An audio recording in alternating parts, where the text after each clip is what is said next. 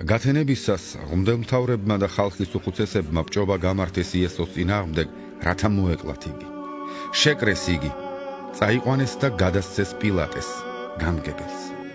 ხოლო იესო წარსდგა გამგებლის წინაშე და ჰკითხა მას გამგებელმა. შენ ხარ იუდეველთა მეფე? იესომ კი უთხრა. შენ ამბობ. როცა ბრალს დებდნენ მას მღვდელმთავარნი და უხუცესები, არაფერი უპასუხნია. მაშინ უთხრა მას პილატემ.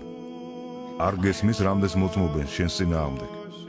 არც ერთ მის სიტყვაზე არ გაუწია პასუხი, ასე რომ ძალიან უყვირდა გამგებელს. დღესასწაულზე ჩვეულება ჰქონდა გამგებელს. ხალხს უთავისუფლებდა ხოლმე პატიმარს, რომელსაც მოისურვებდნენ. ხოლო მაშინ ჰყავდათ ცნობილი პატიმარი ბარაბა წოდებული. როცა მათ თავი მოიყარეს, უთხრა მათ პილატემ. ვინ გსურთ რომ გაგინთავისუფლოთ? ბარაბა თუ იესო, ქრისტე წოდებული? ვინაიდან იცოდა რომ შურით გასცეს იგი. როცა ის სამჟავროს ტახტზე იჯდა, მისმა ცოლმა შეუთვალა და უთხრა. არაფერი უყო მაგ მართალს, ვინაიდან მე დღეს სიზმრად ბევრი ვიტანჯე მაგის გამო.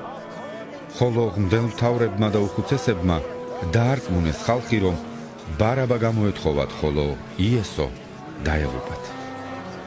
ასე უპასუხა და უთხრა მას გამგებელმა. ამ ორიდან რომელი გსურთ რომ გაგინთავისუფლოთ?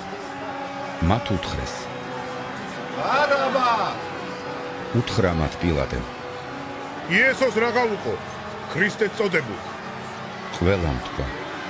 ვარსმული იქნე! ხოლო მან თქვა. რა ბოროტება ჩაუდენია? მაგრამ ისინი კიდევ უფრო მეტად ყვიროდნენ. ვარსმული იქნე! პილატემ რა კი დაინახო, რომ ვერაფერ შველის, არამედ შფოთიც კი იწყება. აიღო წყალი, ხელები დაიბანა ხალხის წინაშე და თქვა. უბრალო არა მართლის სისხლისაგან, თქვენიც.